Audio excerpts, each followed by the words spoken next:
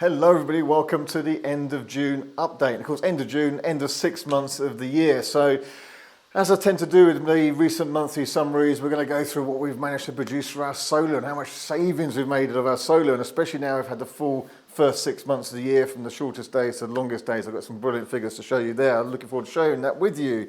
We've also got the used EV market trends. So prices up, down, demand, what's it doing? Still news in the media, still stories coming out with the silly headlines about lack of demand for EVs and all that kind of stuff. So let me correct some of that in a little bit.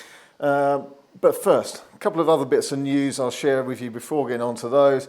A big thank you to everyone at the Tesla Owners Group and Tesla Owners Group UK Supercharged event that we went to just last Saturday. So this is an event organised by Tesla Owners Group UK, and we went along there, and it's brilliant to meet loads of old friends that we've known for years in the Tesla community, plus new members of the Tesla community, previous clients of ours, and just lots of people involved in a very brilliant event. And I'm very grateful to all those who came over to say hello. I had a very busy day talking to everybody, and thank you to all those who watched the channel as well. And it was nice to meet you in person and speak to some of you. So that was really good. If you're a Tesla owner and you're not yet in the Tesla Owners Group UK, then please do check them out. We'll put a link in the description below, and maybe we'll see you at next year's event. It's a brilliant event, loads of stuff to see and do. So that was fantastic. We also had an award ceremony of MotorNova Finance, where we've previously picked up an award for a sustainability award. So again, a big thank you to MotorNova for a night out there. We've also got news that some of the plaid deliveries started happening actually. So Model S and X plaid in the UK started to be delivered. In fact, our friend Tony, it was the first X plaid delivery, happened on the same day as Tesla Owners UK Supercharged event. He seems to be very pleased with his left-hand drive model plaid there. So, and I've noticed now you can get those kind of extension sticks. You can pull those car park tickets out of the barrier machine. So hopefully they're coming to the Tesla store soon. So if you've got a plaid or new Model S or X in the UK in left-hand drive, I'm looking forward to hearing your feedback on how you're getting on. Quite like to do a video with one of them perhaps. And I kind of want to reverse through a McDonald's drive-through, that kind of stuff. Anyway, well done if you have gone for the new Model S and X plaid. There's quite a lot of talk now increasing as well, we've seen in June, about the new Model 3, so Project Highlander that tends to be referred to. There are some rumours and some gathering, allegedly true facts coming out about that car. So me and Ginz are going to gather up some of those, collate what we know so far, and we're going to record that as a separate video. So if you want to know more about the next generation of Tesla Model 3, Project Highland, stay subscribed and you'll see another video coming soon, and we'll share everything we know about that so far. So that's good. June as well saw our new website's just been launched, and a bit of a rebrand, just using RSEV for R Symons Electric Vehicles. It's still R Symons Limited, but just using this abbreviation a bit more because that's how a lot of us easily remember us. So we've got a new website, it's just gone live.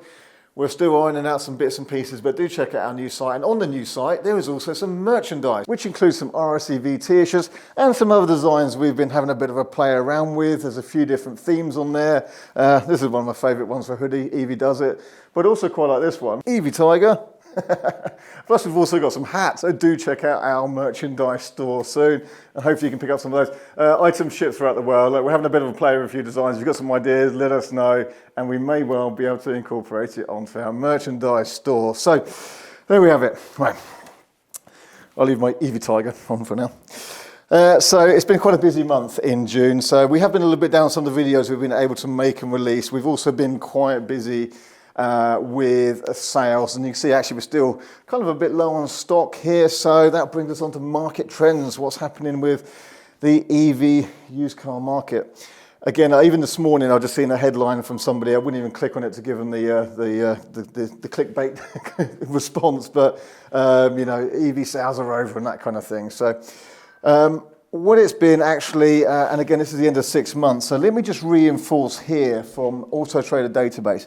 Over the last 6 months, demand for EVs, i.e. searches for EVs on Auto Trader, is 32% up year on year. So there's 32% more searches for EVs in the 6 months of this year compared to last year. And that's in amongst actually a quieter beginning of the year where the market as a whole, across the used car market, has been slower because we've got increased interest rates, inflation and such like. So interest rates, of course, impacting finance costings and such like. Stock levels have also been high, and we can see here that actually over the last 6 months, stock levels of EVs have been declining.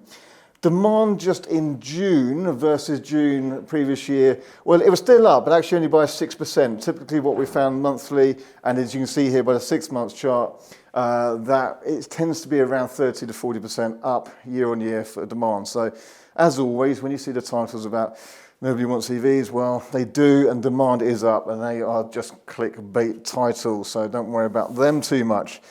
We have been monitoring as well just kind of stock levels of things like different models of Tesla on Auto Trader, and Model 3s have actually just come up slightly in terms of stock levels, but what we've actually found with some of the Model 3 pricing is actually some of the prices have just been reinforced and even come up a little bit from where they have been. So we're seeing that the market's quite steady and stable.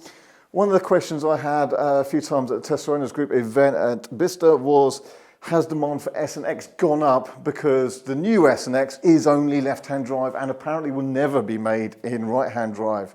We'll see if that pans true, but that's what it's saying at the moment.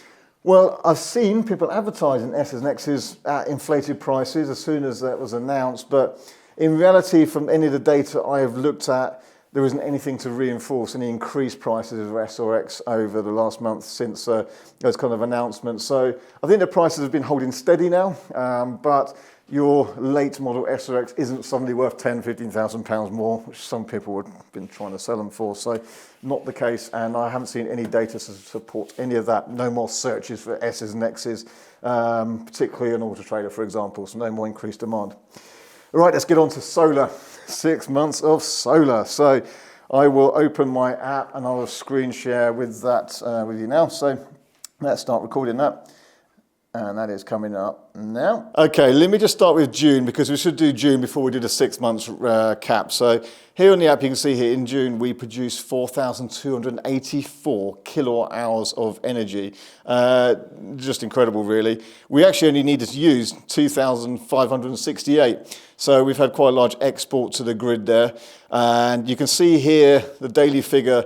Every day, we exported something to the grid. Every day, we had more than we could use, even with a warehouse full of electric vehicles and offices with air conditioning and computers. So, yeah, that's quite impressive. In fact, in the whole month, we only had to import 8.4 kilowatt hours of energy. And we didn't really need to. That's just where we left something plugged in and we shouldn't have done, for example. So that's pretty good. And my energy bill for June would be a negative figure. So let's come on to the annual. And let's switch here to the year, 2023.